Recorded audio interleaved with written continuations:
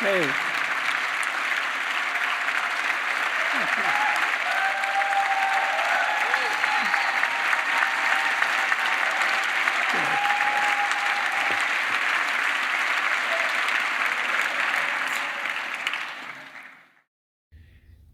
It is interesting how memory works.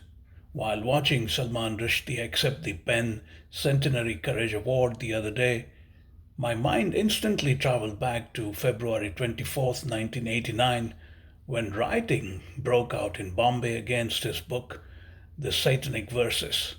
The riot occurred barely 10 days after Ayatollah Ruhollah Khomeini, the supreme leader of Iran, after the 1979 Iranian Revolution, issued a fatwa against Rushdie, essentially offering a supari, in the Bombay underworld's parlance, on his head.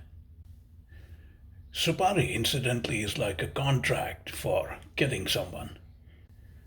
Khomeini offered a generous bounty, then which had grown to $3.3 million as of 2012.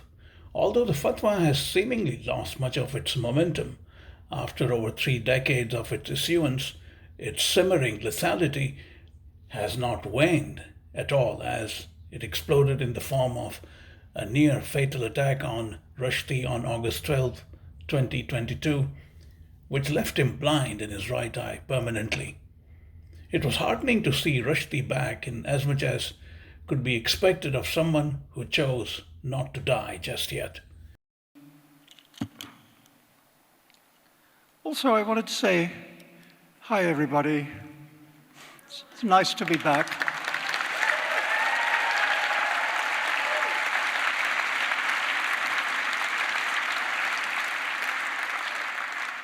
It's nice to be back as opposed to not being back, which was also an option.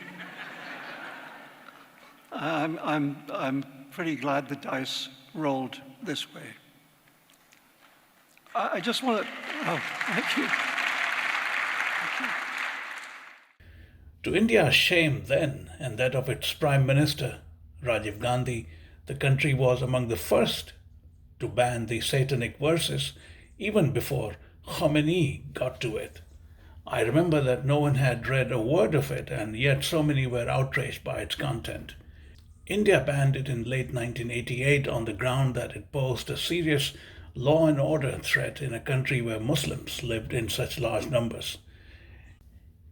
It is not my case that Khomeini took a cue from Gandhi's decision and escalated it to utterly and characteristically inhumane point, but the chronology of those days is instructive.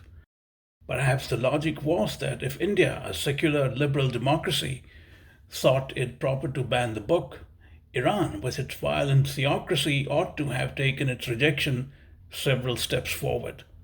I was on the scene when the riots broke out in Bombay that February day in 1989. The rioters seemed to have free floating rage at everything.